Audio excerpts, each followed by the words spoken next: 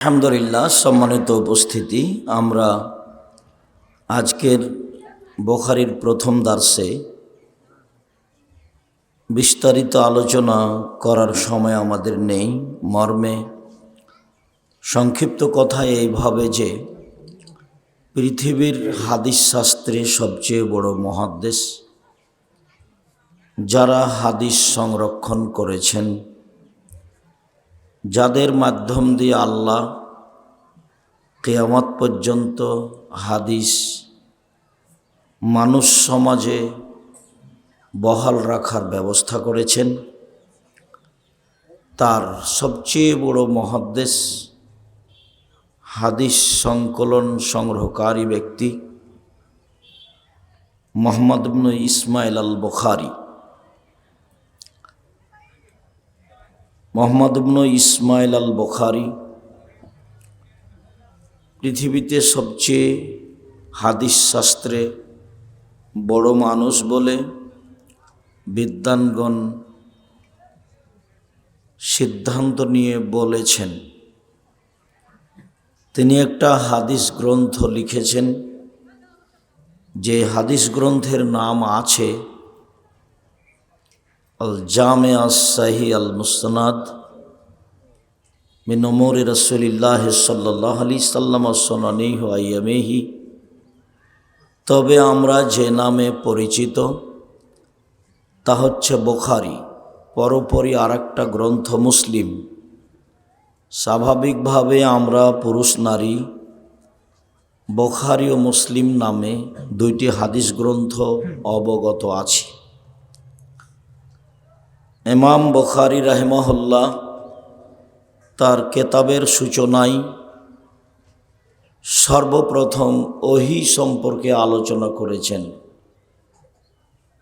আল্লাহর বাণী জিবরাইলের মাধ্যমে আমাদের নবী মুহাম্মদ সাল্লাল্লাহু আলাইহি সাল্লামের নিকটে এসেছে, সেই কথাই নিয়ে তিনি প্রথমে আলোচনা করেছেন। পৃথিবীর বড় বড় বিদ্বান বিভিন্ন জনের বুঝ অনুযায়ী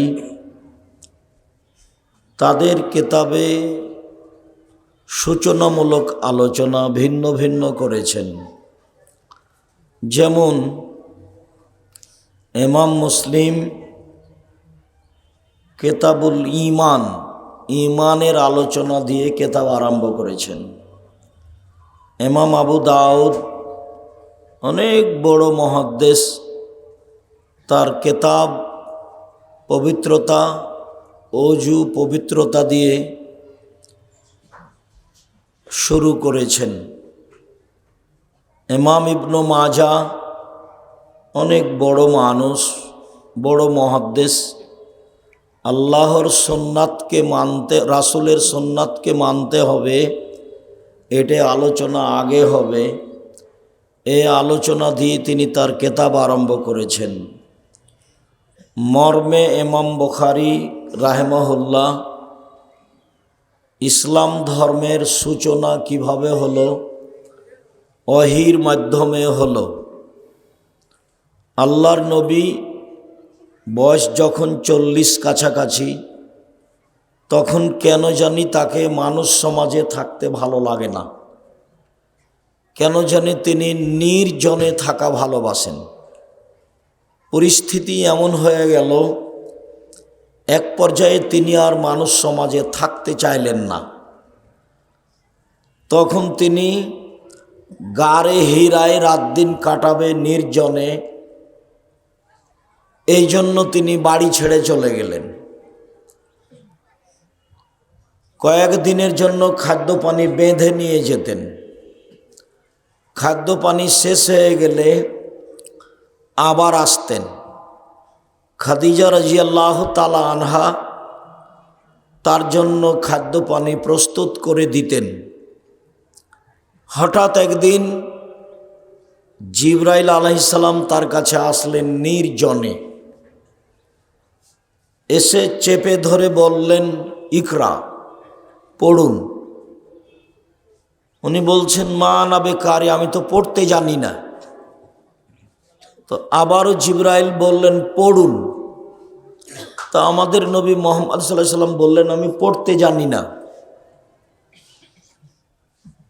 আবারও জিবরাইল আলাইহিস সালাম বললেন পড়েন, ইকরা বিসমি রাব্বিকাল্লাযী খালাক খালাকাল ইনসানা মিন আলাক। এই কয়েকটা আয়াত জিবরাইল আলাইহিস সালাম আমাদের নবী মুহাম্মদ সাল্লাল্লাহু আলাইহি সাল্লামের সামনে পেশ করলেন। তিনি ছিলেন নির্জনে একাই, নির্জনে থাকা তিনি পছন্দ করেছিলেন। নির্জনের সুবাদে জিবরাইল আসলেন। ঘটনা ঘটল, মুহাম্মদ সাল্লাল্লাহু আলাইহি সাল্লাম স্ত্রী খাদিজার নিকটে এসে বললেন জাম্মিলুনি জাম্মিলুনি খাসিতু আলা নাফসি। খাদিজা তুমি আমাকে কম্বল দিয়ে জড়িয়ে ধরো, আমি মারা যায় নাকি আমি নিজের ব্যাপারে আশঙ্কা করছি, আমার যে কি হয়। তখন খাদিজা রাদিয়াল্লাহু তাআলা আনহা বললেন বলেন কি আপনি, আপনার মতো মানুষের উপরে কোনো দুর্ঘটনা আসবে এটা হয় না। এই কথা বলে তিনি কয়েকটা কথা উল্লেখ করলেন। তাতে তিনি বললেন আপনি অসহায় মানুষের খাদ্য যোগান, অসহায় মানুষের বোঝা বহন করেন, মেহমানকে খাওয়ার ব্যবস্থা করেন, আপনি সবসময় মানুষের বিপদ আপদে থাকেন, আপনার উপরে দুর্ঘটনা আসতেই পারে না, কাল্লা কখনো নহে। খাদিজা রাদিয়াল্লাহু তাআলা আনহা যা বললেন, রাসূল সাল্লাল্লাহু আলাইহি সাল্লাম যে ভয় করেছিলেন তাকে অস্বীকার করে দিলেন। না তো, এটা তো প্রশ্নই আসে না। কি করে আপনি বলতে পারেন যে আমার যে কি হয়, আমি মারাই যায় নাকি? এমন মানুষ মারা যায় না। তাহলে পরিস্থিতিতে সবচেয়ে ভালো কাজ সমাজে কি ছিল এইটা তিনি করতেন। তখন তিনি নবী নন, তখন তিনি অসহায় মানুষের পাশে থাকতেন, মেহমানের খাওয়ার ব্যবস্থা করতেন। এই কাজগুলো খাদিজার কাছে ছিল ব্যতিক্রম, ভিন্ন ধরনের ভালো মানুষের কাজ। স্বামী হিসাবে তাকে তিনি মূল্যায়ন করতেন, কিন্তু তিনি কি করতেন এটা তিনি আঁচও করতেন। খাদিজা রাদিয়াল্লাহু তাআলা আনহার বুদ্ধির অভাব ছিল না, পরিস্থিতি বুঝারও কোনো অভাব ছিল না। তারপরেও তিনি বললেন চলেন আপনাকে নিশ্চিত করার জন্য আমার চাচার কাছে নিয়ে যাই, চলো। পরিস্থিতি জটিল হলে বড় মানুষকেও কোথাও যেতে হয়, পরিস্থিতি জটিল হলে বড় মানুষকেও কোথাও যেতে হয়। তো স্ত্রী বলছেন চলেন নিয়ে যাই, সান্ত্বনা দেওয়ার জন্য আপনাকে অতিরিক্ত চলো। নিয়ে গিয়ে বলছেন দেখেন তো চাচা আপনার ভাইয়ের ছেলের ঘটনা কি, ও কেন এভাবে বলছে। তো ওরাকা বলল যে বলো তো কি হয়েছে তোমার। তো ঘটনা এই এই এই। তখন ওরাকা বলছেন আরে সে তো নামুস জিবরাইল, তোমার কাছে তো জিবরাইল এসেছিল, তোমাকে তো এলাকার লোক বের করে দিবে। তো তখন তিনি বলছেন অমুক রেজিয়ে আমাকে বের করে দেওয়া হবে, আমার চাচা চাচি গ্রামবাসী আমাকে কত ভালোবাসে তা হিসাবে নিয়ে আসা যাবে না, তারা আমাকে বের করে দিবে মানে এই কথা আমি বুঝে নিতে পারছি না। তো ঠিক আছে তাহলে বুঝো, আমি বলি জিবরাইল জীবনে যার কাছে এসেছে তাকেই মানুষ এলাকা থেকে বের করে দিয়েছে। তুমি যে বলছো যে আমার আত্মীয় স্বজন, আমার চাচি, আমার চাচা, আমার গ্রামবাসী আমাকে জীবন দিয়ে ভালোবাসে আর তারা আমাকে বের করে দিবে, এটা কথা হলো? তো তুমি যে বিশ্বাস করো না, তো তোমাকে বলি জীবনে যার কাছে জিবরাইল এসেছে তাকেই বের করে দেওয়া হয়েছে। তো তোমার কাছে এসেছে, তোমাকেও বের করে দেবে। তো আমি ওই সময়তে বেঁচে থাকলে তোমাকে সহযোগিতা করতাম। তো এই হলো ওহির সূচনা। ইমাম বুখারী রাহিমাহুল্লাহ তার কিতাব শুরু করলেন ইসলাম ধর্মের সূচনা দিয়ে, ওহির সূচনা দিয়ে। তাতে তিনি একটা অধ্যায় উল্লেখ করলেন, বাবু কাইফা কানা বাদুল ওহী ইলা রাসূলিল্লাহ সাল্লাল্লাহু আলাইহি ওয়াসাল্লাম। আল্লাহর রাসূলের নিকট কিভাবে ওহির আগমন হলো, কিভাবে ওহির আগমন হলো। এইটা হলো ইমাম বুখারীর বুখারী গ্রন্থে প্রথম আলোচনা। যদিও তিনি 4টা হাদিস পেশ করেছেন, তার একটা হাদিসেই মাত্র ওহির আলোচনা আছে, বাকি হাদিসে ওহির আলোচনা নেই। তবে ওহি সম্পর্কে কিছু কথা আছে 4টা হাদিসেই। কিভাবে ওহির সূচনা হলো, তো আমি কাইফা কানা বাদু ওহি এগুলো নিয়ে আলোচনা না করে সামনের দিকে যাই, তোমার ওস্তাজিরা সময়ে লম্বা আলোচনায় জানাবে কিভাবে ওহির আগমন আমাদের নবীর কাছে হলো। এইটা হলো ইমাম বুখারীর অধ্যায়। এইটাকে সামনে রেখে উনি কিছু বলবেন। তো অধ্যায়কে সামনে রেখে উনি একটা কোরআন মাজিদের আয়াত পেশ করলেন একেবারে সূচনাতেই। বাবটা অধ্যায়টা উল্লেখ করেই একটা আয়াত, ইন্না আওহাইনা ইলাইকা কামা আওহাইনা ইলা নূহিন ওয়ান নবিয়্যিনা মিন বাদিহি। নিশ্চয় আমি মুহাম্মদ সাল্লাল্লাহু আলাইহি সাল্লাম আপনার নিকট ওহী করেছি যেভাবে নূহ এর নিকট এবং নূহের পরবর্তী নবীগণের নিকট ওহী করেছিলাম।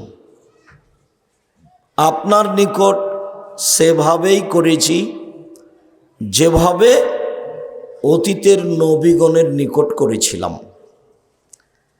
প্রথমত ইমাম বুখারী বলতে চাইলেন যে অতীতের নবীগণের কাছে যেগুলো ছিল সেইগুলো হাদিসের মতোই কথা ছিল, বা নবীর কথাগুলি অতীতের নবীর কেতাবের মাধ্যমে জিবরাইলের মাধ্যমে যা এসেছে তেমনি।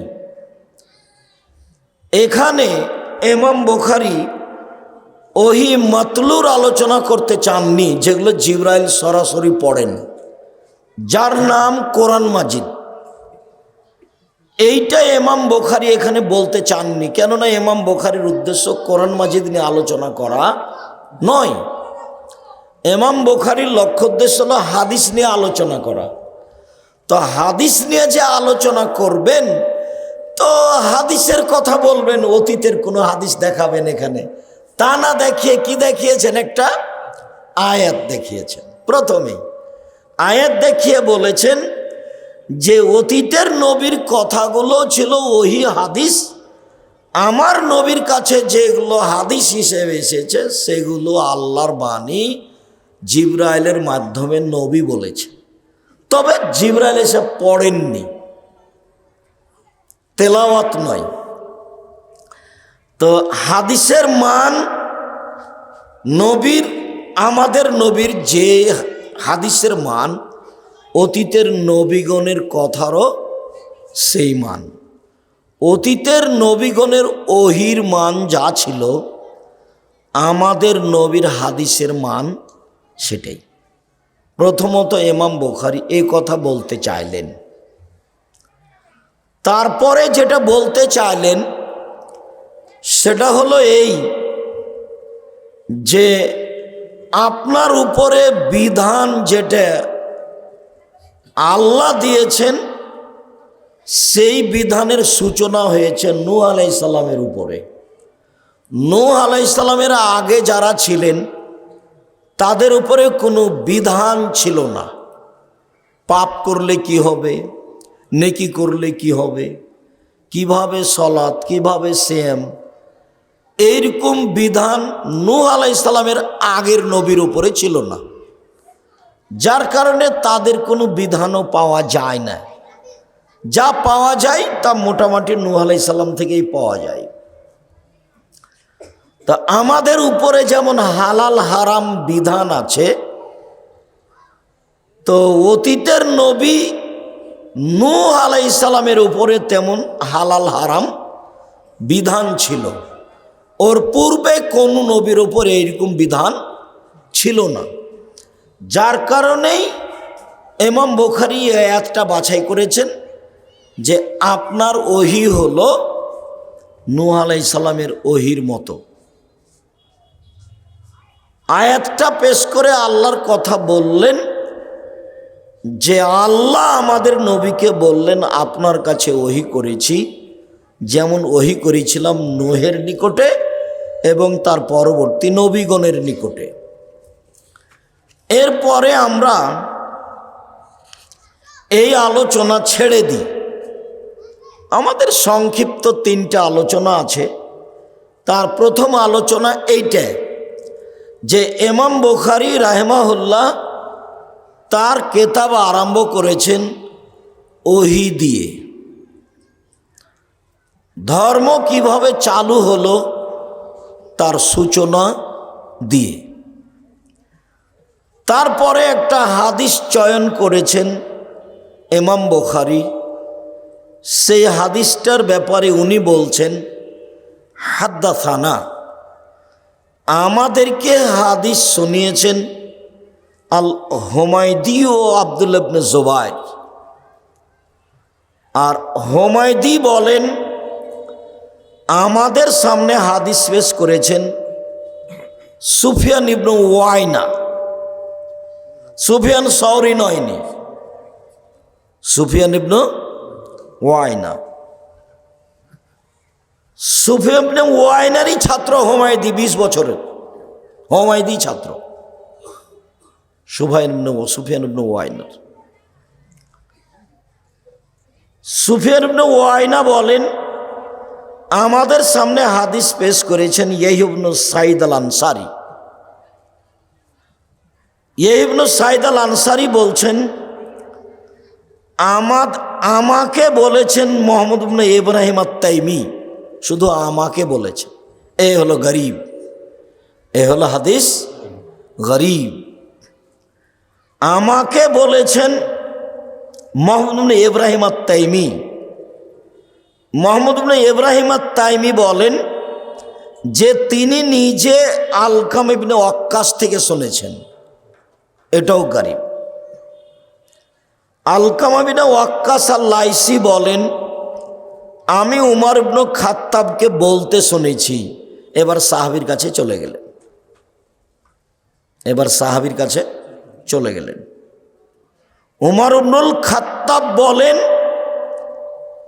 মিম্বারের উপরে বক্তব্য দিতে গিয়ে, মিম্বারে উঠে বক্তব্য দিচ্ছিলেন, তখন তিনি বক্তব্যের কোনো এক পর্যায়ে বললেন যে সামিতু রাসূলুল্লাহ সাল্লাল্লাহু আলাইহি ওয়াসাল্লাম ইয়াকুল, আমি আল্লাহর নবীকে বলতে শুনেছি। তিনি বলছিলেন ইন্নামাল আমালু বিন্নিয়াত, নিশ্চয় মানুষের কর্ম নির্ভর করে তার নিয়তের উপর। আপ ভালো তো জগৎ ভালো, নিয়ত ভালো তো সব ভালো। এখানেই আটকা পড়েছিল আটমুল মাদ্রাসার কিছু লোক যারা আশেপাশে থাকে। কেন কিভাবে তা আমার জানা নাই, জানা আমার প্রয়োজনও নেই। ইন্নামাল আমালু বিন্নিয়াত, মানুষের আমল নির্ভর করে কিসের উপরে? নিয়তের উপরে। নিয়ত ভালো তো সব ভালো, নিয়ত খারাপ তো সব খারাপ।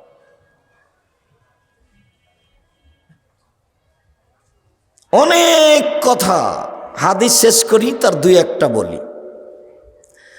অইন্নামা লেকুল্লে ইমরিন মানাওয়া, নিশ্চয় মানুষ সেটাই পায় যা নিয়ত করে, যার ইচ্ছা করে। নিয়ত শব্দটা মানুষ ভালোই বুঝে, রাখাল কিষান সবাই বুঝে। ওরাও বলে যে তোর নিয়তই খারাপ রে, তোর মাকসাদই খারাপ, দুটাই আরবি, কিন্তু মানুষে বুঝে যে তোর নিয়ত খুব ভালো, তোর ভাগ্য ভালো। ওয়াইন্নামা লেকুল্লে ইমরিন মানাওয়া, মানুষ যেটা নিয়ত করে সেটা পায়। কথা শেষ হয়ে গেছিল, তারপরে আবারও বলছেন মূলত ব্যাখ্যা, ফামান কানাত হিজরত হইলা দুনিয়াই শিবহা, কেউ যদি বাড়ি ত্যাগ করে টাকা ইনকাম করব মনে করে, তো সে পাবে, কম পাইকার বেশি পায়। আও এলা এমরাতি ন্যানকে হওয়া, কেউ যদি বাড়ি ত্যাগ করে কোনো মেয়েকে বিবাহ করব বলে, তো সেটা সে পাবে। তাহলে একটা মেয়েকে বিবাহ করার কথাটা এই বাক্যে আসা কেমন হয়, মানে কেমন লাগে যেন। তো এই ঘটনা একটা এরই সাথে আছে। ঘটনা একটা, মক্কা থেকে লোক চলে গেছিল মদিনা একটা মেয়েকে বিবাহ করার জন্য। সে লোক রাসূলের কাছে যে ইসলাম গ্রহণ করে, তখন ওই কথাটা এরই সাথে জমা ধরে গেছে। তো ফাই হিজরাত হইলা মা হাজারা ইলাইহি, অতএব মানুষের যেদিকে হিজরত হয়, বাড়ি ত্যাগ করা হয়, সেটাই সে পায়। ইব্রাহিম আলাইহিস সালাম বলছেন, আমি আমার প্রতিপালকের উদ্দেশ্যে দেশ ত্যাগ করলাম, মানে আর আমি ইরাকে থাকবো না, ইরাকে আর আমি থাকবো না। ইরাকের লোক আমাকে আগুন দিয়ে জ্বালিয়ে দিতে চায়, তো আমি এখন হিজরত করব, দেশ ত্যাগ করব, থাকবই না দেশে। তো এখনই চলে যাবেন উনি ফিলিস্তিন, ইরাক ত্যাগ করে। তো যে যেটার ইচ্ছা পোষণ করে, আল্লাহ তাকে সেটা দিয়ে দেন সময়ের গতিতে। প্রথমে দু একটা বলি বর্ণনাকারীদের পরিচয়। প্রথম আলোচনা যে ইমাম বুখারী আল হুমায়দিকে চয়ন করলেন কেন, হুমায়দি থেকে বর্ণিত হাদিস চয়ন করলেন কেন। কোরআন মাজিদ কোরাইশ বংশের কেরাতে লিখা আছে। কোরআন মাজিদ কার কেরাতে লিখা আছে? কোরাইশ বংশের। কেরাত তো সবাই বুঝবেন না, মানে আরবি পড়ার যে অক্ষর। তো একই অক্ষর চাঁপাইনবাবগঞ্জের লোকেরা বলছে যে কুণ্ঠে গেছিলি, কত ভারী করে বলছে, দন্তান্ন ঠকে এক জায়গাতে বলছে। আর বগুড়ার বলছে যে কুথে গেছিলি বা কৃষক গেছিলি, ওকে হালকা করে দিয়েছে, অক্ষরই নাই। ওরা অক্ষর বেশি করেছে আর এরা অক্ষর কমিয়ে দিয়েছে। তো ওটাও বাংলা ভাষা, এটাও বাংলা ভাষা। তো এইরকমভাবে সৌদি আরবের বহু বংশ ছিল, যারা অনেক সময় উচ্চারণে একজন সিন উচ্চারণ করলে আর একজন ওই জায়গাতে সিন না করে সদ করেছে। একজন কেউ হামজা উচ্চারণ করেছে, তো ওই জায়গাতে আর একজন আর এক বংশ কি করেছে, আইন উচ্চারণ করেছে। তো এইভাবে 7টা ভাষা হয়ে গেছে কোরআন মাজিদ যেভাবে অবতীর্ণ হয়েছে তাতে। তো যখন উসমান রাদিয়াল্লাহু তাআলা আনহু কোরআন মাজিদ একটা রাখলেন, সব জ্বালিয়ে দিলেন। কোনটা লিখা হয়েছিল, বহাল রাখা হয়েছিল কোনটা? কোরাইশেরটা। কেন? মুহাম্মদ সাল্লাল্লাহু আলাইহি সাল্লাম হচ্ছেন কোরাইশের, অতএব এ বংশের কেরাতটাই কি করা হোক, বহাল রাখা হোক। ওরা যেখানে হামজা পড়েছে হামজা থাকবে, কেউ যদি আইন পড়ে থাকে তো হবে না। ওরা যেখানে সিন পড়েছে সিন থাকবে, কেউ যদি সদ পড়ে থাকে তো সেটা হবে না। ওরা যদি জয় পড়েছে তো সেটা জয়ই থাকবে, অন্যরা সেখানে কেউ ত পড়েছে তো ওটা নিবে না। এখন কোরআন মাজিদ যেটা আছে সেটা কাদের আছে? কোরাইশদের। বাকিগুলো জ্বালিয়ে দেওয়া হয়েছে আগুন দিয়ে। তো ইমাম বুখারী বলছেন যে অত্র হাদিসে 5 জন রাবি আছে। 2 জন হলো মদিনার আর মক্কার, আর 3 জন হলো মদিনার। প্রথম 2 জন হলেন মক্কার, আর শেষের 3 জন হলেন মদিনার। তো হুমায়দি মক্কার এবং কোরাইশের। হুমায়দি হচ্ছেন মক্কার বাসিন্দা এবং কোরাইশ বংশের। তো সব সময় ইমাম বুখারীর খালি লক্ষ্যটা থাকে চূড়ান্ত সঠিকটা গ্রহণ করার। চূড়ান্ত সঠিক যেটা, সূত্র যেখানে হোক না কেন, চূড়ান্ত সঠিক যেটা। একটা কথা তোমাদের মনে রাখি, কোনো কোনো হাদিস বুখারীতে 36 থেকে 40 বার এসেছে। তো যতবার এসেছে ততবার শব্দ পরিবর্তন আছে। এটা হলো ইমাম বুখারীর ব্যতিক্রম দক্ষতা। মানে একই শব্দ দিয়ে তিনি বারবার আনেননি। আর এই ইন্নামাল আমালু বিন্নিয়াত এই হাদিসটা 6 বার এসেছে। এই হাদিসটা বুখারীতে 6 বার এসেছে।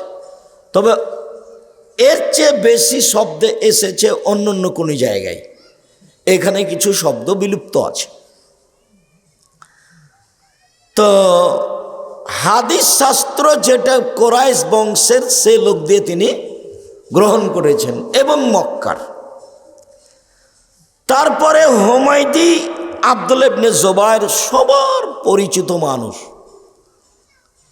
75টি হাদিস ইমাম বুখারী গ্রহণ করেছেন হুমায়দি থেকে। তারপরে হলেন সুফিয়ান ইবনে ওয়াইনা। একজন আছেন সুফিয়ান সৌরি, আর একজন আছেন সুফিয়ান ইবনে ওয়াইনা। দুইজনই খুব বড় বড় বিদ্বান। তবে সুফিয়ান সৌরি কিছু মাযহাব অবলম্বন করেন, যেটা তিরমিজিতে বিস্তারিত সময়ে সময়ে পাওয়া যাবে। তিরমিজি বড় শায়েখ দিয়ে পড়াতে হয়। তিরমিজির লেখক ব্যতিক্রম মুহাদ্দিস পৃথিবীর, সারা দুনিয়া ওর মধ্যে ঢুকে রেখেছে। তো সুফিয়ান সৌরিরই ছাত্র হচ্ছেন হুমায়দি, যিনি 1 নম্বরে আছেন। এনারা দুইজনই মক্কার মানুষ। তারপরে হলেন ইয়াহইয়া ইবনে সাঈদ আল আনসারী। ইয়াহইয়া ইবনে সাঈদ আল আনসারী মদিনার মানুষ। তার বিদ্যা বুদ্ধিতে কোনো প্রকার সন্দেহ বা কারো আপত্তি নেই। আপত্তি নেই কথাতে একটা চট করে কথা মনে পড়লো, বলে রাখি তোমাদের। বর্ণনাকারীদের কোনো চরিত্র, কারো যদি এমন কোনো চরিত্র প্রমাণ পেয়েছে যে স্টলে বসে চা খেতে থেকেছে, মানুষের সাথে বসে চা খেয়েছে, এটাকে বলা হয় খেলাফুল মরুয়াত, ভদ্রতা বিরোধী কর্ম। এরকম আচরণ যদি কোনো বিদ্বানের থেকেছে, ইমাম বুখারী তার হাদিস নেননি। ভদ্রতা বিরোধী কর্ম। হাদিস পড়ান যিনি, তিনি এখানে স্টলে বসে চা খাবেন, এই শিষ্টাচার, এই অভ্যাস, এই আচরণ তাকে ছাড়তেই হবে। জামিয়া সালাফিয়ার ভিতরে চায়ের স্টল আছে, সব কিছু আছে। আমাকে ওই পাশ দিয়ে গেলে বসতে বলে, তেমন সে দেখো ফাঁকি দিয়ে চা বিক্রি করিও না, এটা বলতে এসেছি। কেউ অভিযোগ করলে এখানে থাকতে পাবা না। আমি তোমার চায়ের স্টলে বসে চা খাবো, এই জন্য আমি আসিনি। তাকে বলা হয় খেলাফুল মরুয়াত, ভদ্রতা বিরোধী কর্ম। 5 জন বর্ণনাকারী আছে অত্র হাদিসে। কারো ব্যাপারে কোনো প্রকার ভুলে যাওয়া, কোনো দোষ ত্রুটি, ভদ্রতা বিরোধী আচরণ, মানুষের সাথে লেনদেনে মিথ্যা, গ্রামবাসী তার উপরে মিথ্যা আরোপ করেছে, কেউ খারাপ মন্তব্য করেছে, এরকম কোনো প্রমাণ নেই। তারপরে হলেন মুহাম্মদ ইবনে ইব্রাহিম আত-তাইমি আর আলকামা ইবনে ওয়াক্কাস। খুব বিচক্ষণ মানুষ, ফকিহ, কোরআন হাদিসের সারমর্ম কি তা খুব ভালো বুঝতেন। তো তিনি সাহাবী না তাবেঈ, এই নিয়ে বিদ্বানদের 2 মত আছে। আগেরগুলো সবাই তাবেঈ, হুমায়দি থেকে শুরু করে চারজন সবাই তাবি। তাবেই মানে সাহাবিদের অনুসরী যিনি, আর সাহাবি মানে নবীকে নগদ দেখে অনুসরী যিনি। সাহাবি মানে নবীকে নগদ দেখে অনুসরী যিনি, আর তাবেই মানে সাহাবিকে দেখে থেকে অনুসরী যিনি, আর তাবেই মানে তাবেইকে দেখে চলেছেন যিনি। তো অত্র হাদিসে 5 জন রাবি আছে বর্ণনাকারী, তার 4 জনই হলেন তাবেই, আর একজন তাবেই না সাহাবি তা নিয়ে মতভেদ আছে। আব্দুল্লাহ মিন্নাতুল বারিতে তাবেই নয় এটাই চূড়ান্ত সিদ্ধান্ত দিয়েছে। খুব তথ্যবহুল আলোচনা মিন্নাতুল বারি, বুখারীর ব্যাখ্যা, একবারে ভিন্ন ধরনের তথ্যবহুল আলোচনা। আলবানি যে 4টা হাদিসকে জয়ীফ বলেছেন বুখারীর, এমন লিখা হয়েছে, পড়লে মনে হবে যে আলবানির বড় ভুল হয়ে গেছে, এরকম মনে হবে। তো আলকা বিন ওয়াক্কাস আল-লাইসি বিচক্ষণ রাবি, রাবিদের ব্যাপারে মোটামুটি কথা শেষ করলাম। তারপরে হলো ইন্নামাল আমালু বিন্নিয়াত। ইন্নামাল আমালু বিন্নিয়াত এই হাদিসটি ইমাম বুখারী কেন নিয়ে আসলেন? আলোচনা তো ওহির, তো এখানে তো ওহির কোনো কথা নেই, যার কারণে একচাটিয়া বিদ্বানগণ বলতে চেয়েছেন যে ছাত্র শিক্ষক সবাই যেন নিয়তটা ঠিক করে নেয়।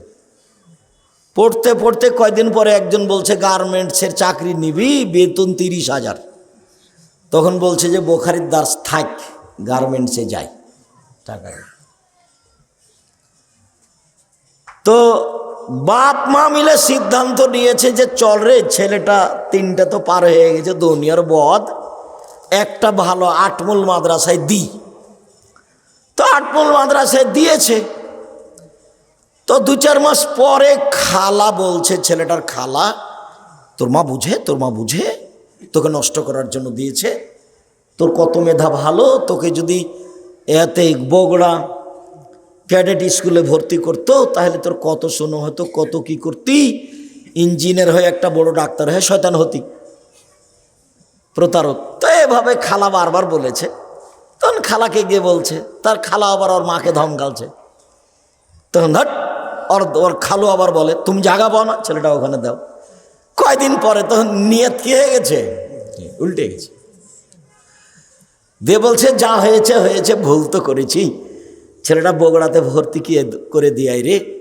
ইন্নামাল আমালু বিন্নিয়াত। ইমাম বুখারী কি আসলে ওহির সাথে মিলানোর জন্য হাদিসটা নিয়ে এসেছেন, না ছাত্র শিক্ষকের অন্তরকে সংশোধন করার জন্য নিয়ে এসেছেন? বলছে যে 8 বলে এসেছি, এখন কয়েকদিন বুখারী পড়বো, আসলে কুষ্টিয়া বিশ্ববিদ্যালয়ে ভর্তি হব সেই জন্য। তো কয়েকদিন কোথায় আর থাকবো, 8 বলে খাই থাকি ফিরি। তো জামিয়া সালাফিয়ায় গেল না কেন, হাজার হাজার ছাত্র। তো বলছে যে আর বলেন না, আব্দুর রহমান এমন শক্ত, বাপ রে বাপ, পা ধরে পড়ে নিয়ে গেছিলাম, তো হয়নি। ওই যে হবে না রে, অন্তর আর একটা আছে। কয়দিন পরে ও কোথায় যাবে, কুষ্টিয়া বিশ্ববিদ্যালয়ে ভর্তি পরীক্ষা দিতে যাবে, আসলে এমনি আছে ও এখানে। তো ইমাম বুখারী বলছে যে ছি ছি ছি ছি, ওহির আলোচনা শুরু করেছি, কিন্তু তুমি আগে কি করো, সংশোধন হও। ইন্নামাল আমালু বিন্নিয়াত। তুমি যে এখন ফাঁকি দিয়ে আছো, চাঁপাইনবাবগঞ্জের ভাষাতে ভোগা দিয়ে আছো, ফাঁকি দিয়ে যে তুমি আছো, তো তোমার অন্তরে একটা কালো দাগ পড়ে গেছে, অন্তরে তোমার একটা কালো দাগ পড়ে গেছে, এটা দিয়ে আর হবে না পড়া। যেখানেই যাও পথ ভালো আর হবে না, কেটে গেছে ওটা। নিয়তে কি হয়ে গেছে, ত্রুটি হয়ে গেছে, ফাঁকি দিয়ে দিন কাটাচ্ছ। তো অনেক বিদ্বানী আলোচনা অন্য, আর এই হাদিসটাকে সামনে রেখেছে। তার মধ্যে মেশকাতও তাই, উনি ইমানের আলোচনা করবেন, দেখি তার উপরে একটা হাদিস লিখে রেখেছে, সেটা হলো ইন্নামাল আমাল বিন্নিয়াত। তো মেশকাতের লেখক ও ছাত্ররাকে বলছে, দেখো আমি হাদিসটা নিয়ে এসে নিজেকেও সংশোধন করতে চেয়েছি, ভালো মানুষ করতে চেয়েছি, তোমরা যারা পড়ছো তারা একটু তোমরা কি করো, ভালো মানুষ হওয়ার চেষ্টা করো। নিয়তে ত্রুটি থাকলে সব যাবে, নিয়তে ত্রুটি থাকলে মিথ্যার আশ্রয় নেওয়া লাগবে, আর মিথ্যা যখন ঢোকে যাবে তখন আর সেটা ভালো থাকবে না। ইমাম বুখারী ওহী দিয়ে আলোচনা শুরু করেছেন আর তাওহীদ দিয়ে আলোচনা শেষ করেছেন। ওহী দিয়ে আলোচনা শুরু করেছেন আর তাওহীদ দিয়ে আলোচনা শেষ করেছেন। কেন এভাবে করলেন? ওহী দিয়ে আলোচনা শুরু করে বললেন, পৃথিবীর মানুষ জীবনটা কাটাও ওহী অনুযায়ী, আর শেষটা যেন তাওহীদ টিকে থাকে, লা ইলাহা ইল্লাল্লাহ। যদি লা ইলাহা ইল্লাল্লাহ না টিকে তো ওহী গেছে, ওহী গেছে। তো এতদিন তো আমল করলে ওহী অনুযায়ী, তো শেষেরটা যেন তাওহীদের উপরে থাকে। মান কানা আখিরু কালামি লা ইলাহা ইল্লাল্লাহ ফাদাখালাল জান্নাহ। কারো যদি বাক্য হয় শেষ কালেমা লা ইলাহা ইল্লাল্লাহ, তো সে জান্নাতে চলে গেছে, তাহলে তাওহীদ আছে। সেই জন্য ইমাম বুখারী ওহী দিয়ে আলোচনা শুরু করলেন আর তাওহীদ দিয়ে শেষ করলেন। কেন? ওহী হলো অন্তরের বিষয়, ওহী হলো অন্তরের বিষয়, আর তাওহীদ হলো বাস্তবতার বিষয়। ওকে বলতে হবে লা ইলাহা ইল্লাল্লাহ। অন্তরে ত্রুটি থাকলে ওহী কেটে যাবে। সেই জন্য ইমাম বুখারী ওহী দিয়ে শুরু করেছেন আর তাওহীদ দিয়ে শেষ করেছেন। ইমাম বুখারী ওহী দিয়ে শুরু করে বলেছেন, দেখো যার যত নিয়ত ভালো তার তত আমলের ওজন ভালো। তাই ওহী দিয়ে শুরু করে ওজন দিয়ে শেষ করেছেন, তাওহীদ দিয়ে শুরু করে ওজন দিয়ে শেষ করেছেন। শেষ হাদিসটা কিসের? কালিমাতানে সাকিলাতানে খাফিফাতানে ফিল মিজানে, দাড়ি পাল্লা দিয়ে করেছেন। তার মানে যার নিয়ত যত ভালো তার দাড়ি পাল্লাতে নেকি তত ভারী, তত ভালো। যার নিয়ত যত ফাঁকি দেওয়া তার ওই দাড়ি পাল্লার নেকি তত খালি, এমনিতে হালকা। তো আমি আরো দুইটা কথা আছে, সেই জন্য তোমাদের এখানে তোমাদেরকে সতর্ক করো। তো আমরা নিজেরা সতর্ক হওয়ার উদ্দেশ্যে, যারা এখানকার শিক্ষক, যারা আমরা আছি দায়িত্বে, তাদের সতর্ক করার লক্ষ্যে বলি যে অবশ্যই নিয়ত সংশোধন করে কাজ করতে হবে। এইভাবে বলা হবে না যে আচ্ছা যাক এটা এখন হচ্ছে তো এটা করে নি, পরে আর একটা তো অন্য করবোই, সেটা তো আমি জানছি, পরে আর একটা করবো সেটা তো জানছি। তোমার অন্তরটা যেন খুব পরিষ্কার হয়। আসলেই তুমি দুদিন থাকার জন্য এখানে আসনি, বুখারী পড়ার জন্য এখানে এসেছো, এইটা যেন হয়। এইটা ছাত্র শিক্ষক সবাকেই বলি। আর একটা কথা বলি, বুখারী পড়াও ভাগ্য, বুখারী পড়ানো ভাগ্য।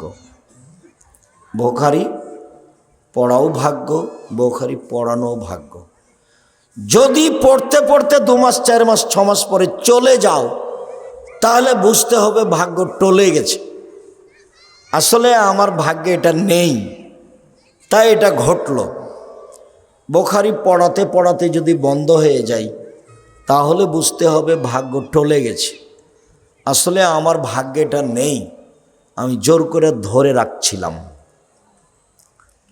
এরপরে যেটা জরুরি কথা, আমি আপাতত তোমরা বই খুলে থাকো, দার শেষ করে আমি কোরআন মাজিদ থেকে দুই একটা কথা বলছি। তার প্রথম কথা হলো যে আটমল সালাফিয়া মাদ্রাসা আল্লাহকে সন্তুষ্ট করার উদ্দেশ্যে চালু হয়েছে। আল্লাহর কাছে জোরালো দাবি যে এই সন্তুষ্টির মধ্যে অসন্তুষ্টি ঘটানোর জন্য কোনো মানুষ আল্লাহ এর কাছে নিয়ে না আসে। এটা আল্লাহর কাছে প্রথম দাবি। আমি দিনরাত জামিয়া সালাফিয়ার ব্যাপারে যখন কথা বলি তখন বলি যে আমার দিয়ে যেন জামিয়া সালাফের ক্ষতি না হয়, এটা আমি চাই না। আমি জামিয়া সালাফে গড়তে এসে আমাকে দিয়ে জামিয়া সালাফের ক্ষতি হবে এরকম কর্ম, এরকম কথা, এরকম আচরণ আমি চাই না। এরপরেও আমার অজান্তে যদি কোনো ত্রুটি ঘটে যায় আর আমি সেটা যদি জানতেই না পারি, তাহলে আমি জামিয়া সালাফের বেতন নিই না। আমি তো ইচ্ছা করলে বেতন নিতাম। আমি জানা সালাফেতে যে প্রতিষ্ঠান আছে, ঘর বাড়ি আছে, তো সেটাতে আমি ভাড়া দিয়ে থাকি। তো যেহেতু আমি জামিয়া সালাফের কোনো সুবিধা ভোগ করি না, বেতনও নিই না, তা আমার অজান্তে যদি কোনো ত্রুটি ঘটে যায় তাহলে ওইটা তুমি আমাকে বিনিময় হিসাবে গ্রহণ করে পার করে দিও, জামিয়া সালাফের জন্য ক্ষতি না হয়। আমি জানতে পারিনি সেজন্য তুমি ক্ষতি করে দিবে, এটা আমি চাইনি। আমি তোমাকে আর একটা বলে রাখছি, আমি জামিয়া সালাফের সুবিধা ভোগ করি না, এক সন্ধ্যা খেলে তার টাকা দিয়ে দিই। অতএব আমার ত্রুটি তোমার কাছে ধরা পড়েছে, আমি বুঝতে পারিনি, তা আমি যে কর্ম করেছি ওটাকে বিনিময় করে তুমি জামিয়া সালাফে বহাল রাখবা, আমার জন্য ক্ষতি না হয় আর জামিয়া সালাফের জন্য ক্ষতি না হয়। আর আমি যদি আমার ত্রুটি বুঝতে পারি জেনে শুনে সজ্ঞানে, তা আমি পরিবর্তন করব ইনশাআল্লাহ। তার মানে আমি জামিয়া সালাফের সরিষা সমপরিমাণ ক্ষতি চাই না। আটমল সালাফিয়া মাদ্রাসায় যারা আসে কোরআন হাদিস শুনতে, যারা আসে টাকা পয়সা দিতে, যারা আসে প্রতিষ্ঠান দেখতে, তাদের ভিতরে সামান্যতম আল্লাহকে সন্তুষ্টি করা ছাড়া আর কোনো যেন উদ্দেশ্য না থাকে। আল্লাহুম্মা আমিন। থাকলেও ক্ষতিগ্রস্ত হবে, তাকে ক্ষতিগ্রস্ত হতেই হবে। যারা আসবে কোরআন হাদিস শুনতে, আল্লাহকে সন্তুষ্ট করার জন্য আসবে মাথাটাকে খালি রেখে। মাথাটাতে কোনো দল আছে, কোনো সংগঠন আছে, তারপরে কোনো ব্যক্তি আছে, তারপরে হুমায়ুনকে কালামকে যারা দায়িত্ব পালন করে তাদেরকে একটা কথা বলা ভটকে দিব, এরকম কোনো হিসাব নিয়ে যেন না আসে। তাতে সেও ক্ষতিগ্রস্ত হবে, প্রতিষ্ঠানের ক্ষতি হবে। পরে আরো দুইটা কথা আছে, এই কথাটা প্রথমে বলছি। আসেন, আসতেই হবে। আটমলে এই মাদ্রাসা, আটমল সহ এতদা অঞ্চলের যত লোকজন আছে সবাইকেই দেখতে হবে, দেখতেই হবে। মাথায় শুধু কাকে সন্তুষ্ট করা থাকতে হবে? আল্লাহকে। আল্লাহকে সন্তুষ্ট করার জন্য আসতে হবে, বসতে হবে। ত্রুটি ভিতরে থাকে না যেন, পরবর্তীতে যারা আসবে তাদেরও যেন হয় না, এইটা দাবি প্রথমে কার কাছে করি? আল্লাহর কাছে।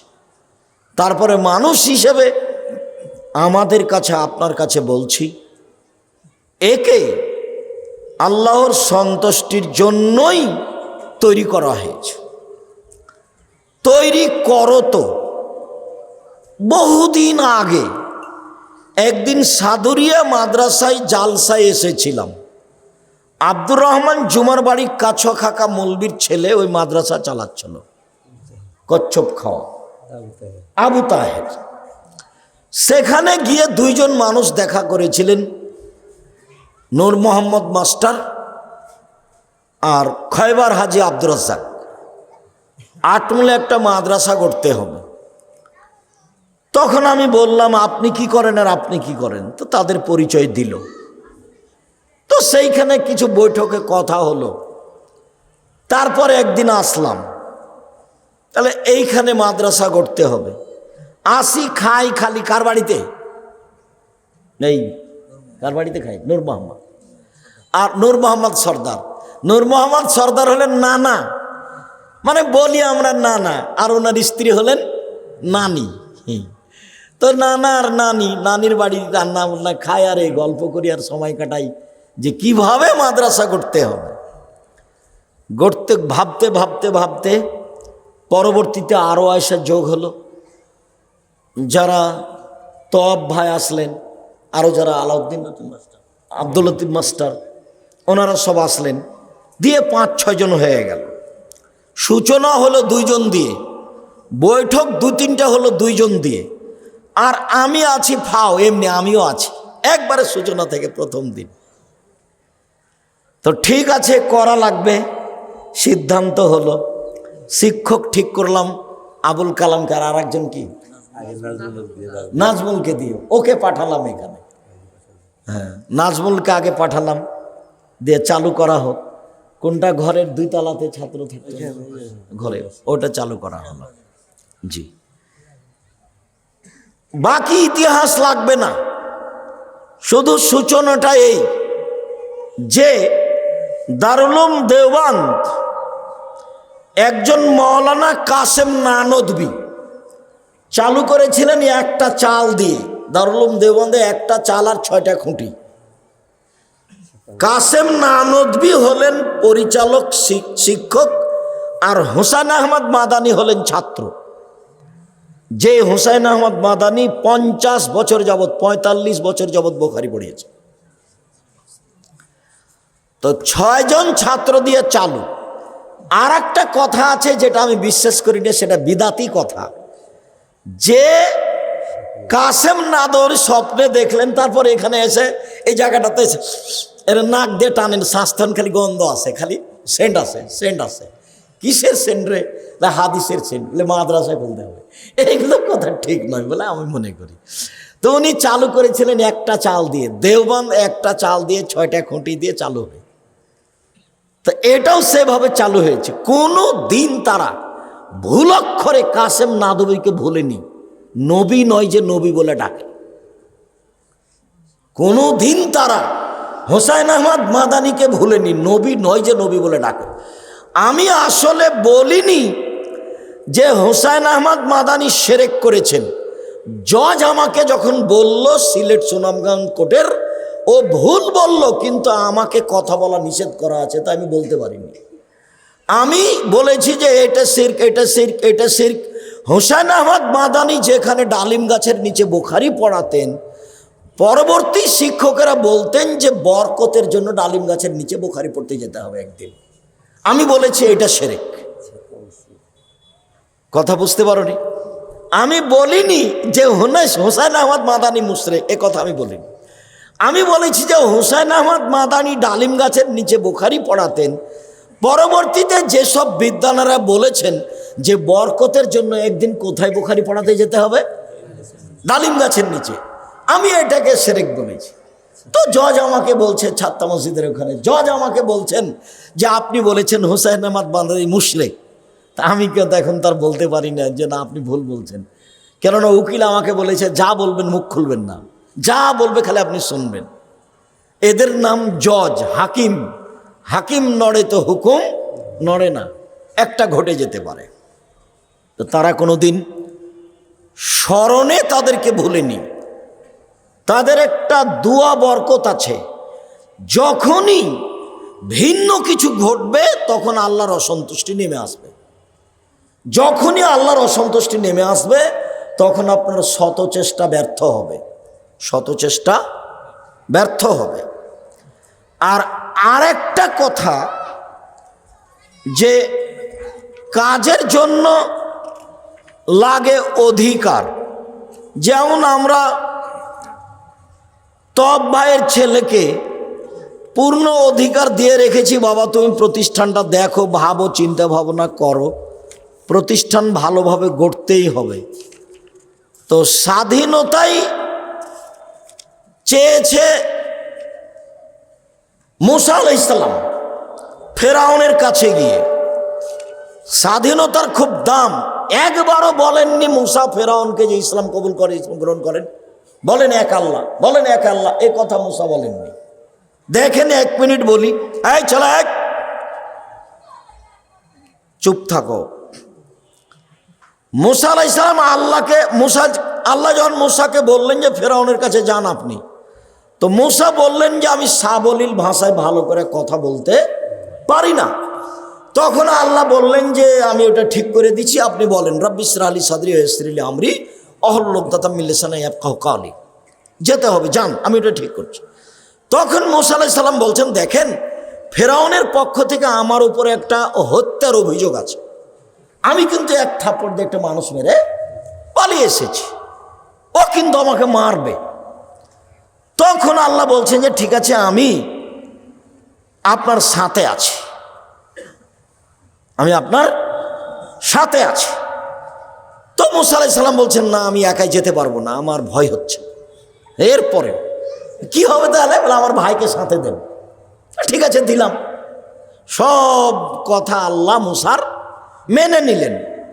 এইবার দুজন চলে এসেছেন ফেরাউনের কাছে, ফেরাউনা ফাকুলা, দুজন এসে বলছেন, ইন্না রাসূল রাব্বিল আলামিন, আমরা হচ্ছি বিশ্বজগতের প্রতিপালকের পক্ষ থেকে রাসূল, আন আরসেল মানা বানি ইসরাইলা, বানি ইসরাইল আপনাদের দাস দাসী হিসাবে আছে, ছেড়ে দেন। আব্দুল্লাহর বক্তব্যই এটা, গোলাম হয়ে জাতির কাছে বসবাস করতে রাজি নই, গোলাম হয়ে একদিন বাঁচতে চায় না।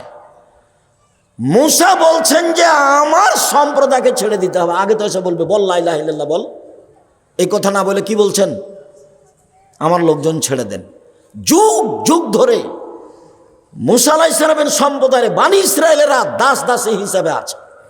সারাদিন পুরুষকে কাজ করে নেই, বা যখন তখন পুরুষদের হত্যা করে, আর বানি ইসরায়েলের নারীদের সাথে অন্যায় করে এবং বাড়িতে দাসী হিসাবে রাখে। শতাব্দীর পর শতাব্দী, শতাব্দীর পর শতাব্দী, কাল কাল ধরে চলছে। তো মুসা আলাইহিস সালাম বলছেন ছেড়ে দেন এদেরকে। তো এই কথা বলতে ফেরাউনের খুব ব্যাঘাত, আঁতে ঘা লেগেছে। তখন ফেরাউন বলছে, আলাম নুরাব্বিকা ফিনা, কি ব্যাপার, তোমাকে আমি লালন পালন করিনি ওয়ালিদান শিশুকালে, অলাবেস্তা ফিনা নুমরেকা সিনিনা, তুমি বহুদিন আমার মাঝে ছিলে না, আমার সামনে এসে এভাবে কথা বলো, মানে আমার লোকজনকে ছেড়ে দেন, এই কথা তো যেমন তেমন নয়, এটা মুখের ওপরে বলা, লিখিতভাবেও নয়, স্মারকলিপি নাই এখানে, নগদ ছেড়ে দেন। তখন ছোট থেকে শুরু করেছে ফেরাউন তাকে, তোমাকে আমি লালন পালন করিনি, তুমি আমার বাসায় বহুদিন ছিলে না, ফালতা ফালাতা কাল্লাতি ফালতা, তুমি একটা কর্ম করেছো, যা তুমি করেছো, তুমি তোমার কর্ম করেছো, এক থাপ্পড়ে মানুষ মেরেছো, ওয়ান্তা মিনাল কাফিরিন, তুমি বড় অকৃতজ্ঞ। এটা মুখের উপরে ফেরাউন বলল মুসাকে। মুসা বললেন একটা, ফেরাউন বলল আর একটা। তো এইবার মুসা বলছেন যে কালা ফাল তুহা এদাউয়ানা মিনাদ দলিন, হ্যাঁ আমি একরকম যখন তোমার আশঙ্কা তোমাকে মারবা, ফহাব আলী রব্বি হুকমান, আমার প্রতিপালক আমাকে জ্ঞানে গুণে পূর্ণ করেছেন, ওয়াজালানি মিনাল মুসলিম মুরসালিন, আমাকে নবী করেছেন, অতিলকা নিয়ামাতুন তামুন্নুহা, আর এই যে তুমি বললে ছোট থেকে লালন পালন করেছি, এই করেছি, তুমি আমার প্রতি অনুগ্রহ করেছ, অনুগ্রহ করে তুমি খোটা দিয়েছ, আনাবাত্তা বানি ইসরাইলা, এই সুবাদে তুমি বানি ইসরাইলকে দাস দাসীতে পরিণত করেছ, তুমি বড় উদ্ধত স্বৈরাচার সীমা লঙ্ঘন করেছ। এটা মুসা আলাইহিস সালাম বললেন। যখন বললেন যে তুমি উদ্ধত স্বৈরাচার সীমা লঙ্ঘন করেছ, তখন ফেরাউন হত্যার সিদ্ধান্ত নিল। যা হলো হলো। তো কাজের জন্য স্বাধীনতা লাগে, আর একজন যদি এসে হাত খেলায় তাহলে সে কাজ কখনো সুন্দর হবে না। প্রত্যেকটা মানুষ যারা কিছু করতে চায় তারা যেন জাতির কাছে স্বাধীনতা নেয়। স্বাধীনতা না থাকলে কিছু করতে পারবে না। এটা এক। প্রথমত ভুল কিছু করলে আল্লাহ অসন্তুষ্ট হলে একটাও টিকবে না। দুই, সূরা ইউসুফে আছে যে যখন ইউসুফ আলাইহিস সালামের কাছে সরকারিভাবে লোক পাঠানো হলো যে আপনাকে সরকার ডেকে পাঠিয়েছে আর আপনাকে জেলে থাকতে হবে না, তখন ইউসুফ আলাইহিস সালাম বললেন, না, আমি জেল থেকে বের হব না যতক্ষণ পর্যন্ত জুলাইখা জাতির সামনে না বলেছে যে অন্যায় আমি করেছি, ইউসুফ করেনি। জুলাইখাকে জাতির সামনে কি বলতে হবে? অন্যায় আমি করেছি, ইউসুফ করেনি।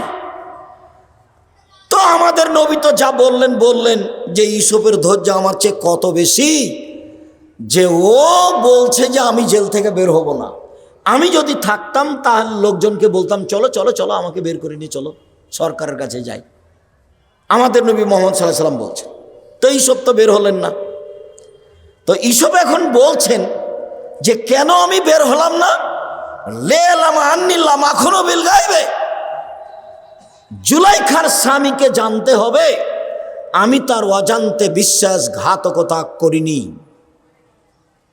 আমি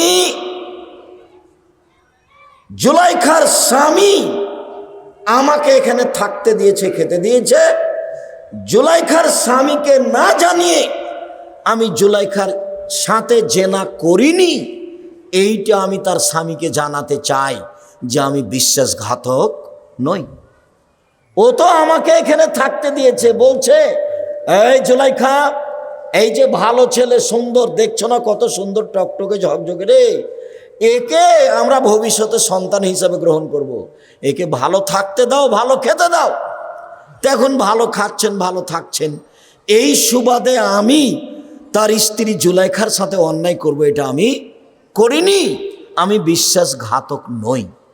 মর্মে আমি কল্যাণের আশায়, আটমল সালাফিয়া মাদ্রাসার ভিত্তি ছিল একবারে আল্লাহকে সন্তুষ্ট করার লক্ষ্যে, সামান্যতম কোনো স্বার্থ ছিল না ভবিষ্যতেও যেন কোনো মানুষ স্বার্থ নিয়ে আটমল সালাফিয়া মাদ্রাসায় না আসে।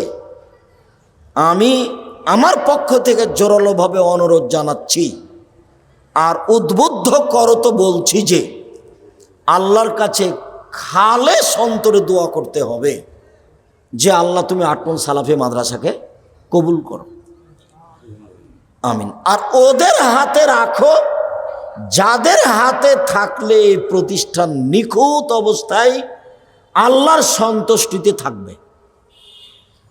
হঠাৎ করে আটমল সালাফিয়া মাদ্রাসা এখানে ধপ করে পড়ে যায়নি।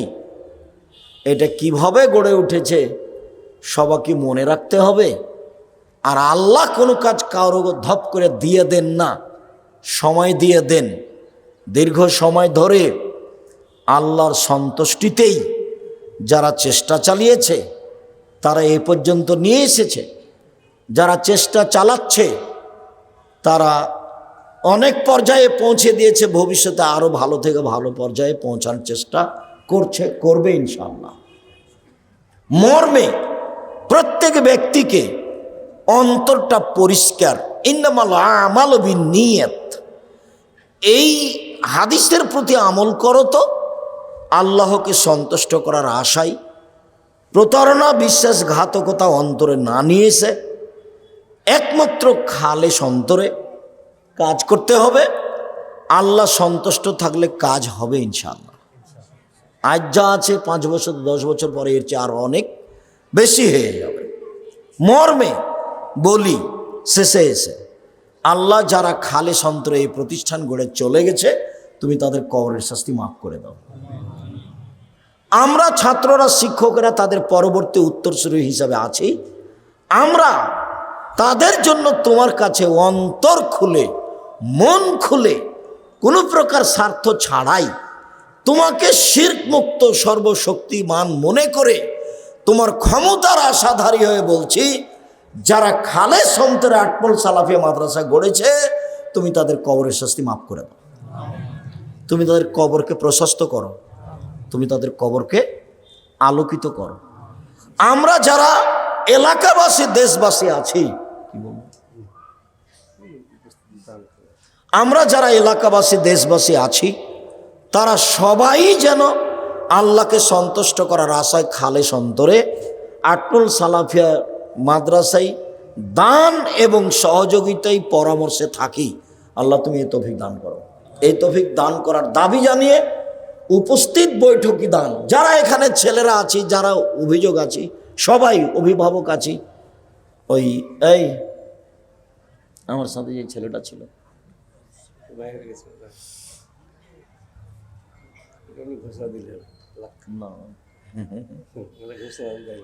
আচ্ছা, আপনাদের সাথে আমিও বৈঠকি দানে আছি ইনশাআল্লাহ।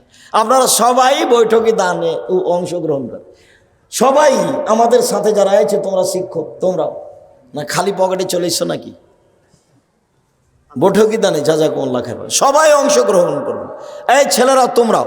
আচ্ছা, তোমাদের আর একটা কথা বলি ছাত্রদেরকে, জাযাকুমুল্লাহ খাইর। তোমরা জুমার দিন যখন মসজিদে আসবে, দান থাকলে আল্লাহর দয়া থাকে আর বালা বিপদ দূর হয়ে যায়, ওর অন্তর পরিষ্কার হয়ে যায়। তোমরা 5টা টাকা, 10টা টাকা বা একটা কয়েন নিয়ে আসবা জুমার দিন, এমনি আসবা না। কথা বুঝতে পারোনি? জুমার দিন 10টা টাকা বা 5টা টাকা, মহিলারা যারা আছেন, এই মেয়েরা আমাদের কারা আছো, তোমরা উপস্থিত বৈঠকে দান নাও, যে যেটা দিবে, যে যেটা হাতে নিয়ে এসেছে। খালি যাওয়ার সময় জিলাপি কিনে নিয়ে যাবে, খারাপ অভ্যাস। জিলাপি ওভাবে কিনা হবে, অন্যদিন কিনতে হবে। যার যতটুকু সহজ সম্ভব, জাযাকুমুল্লাহ খাইর, বারাকাল্লাহ, আল্লাহ আইজাকুমুল্লাহ বিকালিমাতিল্লাহি তাম্মা মিন কুল্লি শাইতানিন হামুন কালাইনুল্লাহ, আল্লাহ ফাক্কিহু ফিদ্দীন, আল্লাহ আলাইহিল হিকমা। জি, আমি দোয়া বৈঠকের শেষ দোয়া পড়বো, তখন উঠবেন। তার আগে চলে যাওয়াটা, বৈঠক শেষ করাটা যেন আপনার সফলতা না হয়। আমি কথা শেষ করব, তখন আপনি যাবেন। আর দানে অংশগ্রহণ করবেন, হোক কম 10 টাকা হোক। যদি ভুলে চলে এসেছি কারোর কাছে, নিয়ে 10 টাকা দিবেন, 2000, 1000, 5000, 50 টাকা, যেভাবে যেটা দান করবেন। এ তো একেবারে জিরোর উপরে শুরু হয়েছে। এখন তো মাশাআল্লাহ আলহামদুলিল্লাহ, এখন তো আপনাদের মন বড় করতে হবে। যারা মেয়েরা আছো তোমরা দেখো, সহযোগিতা নাও।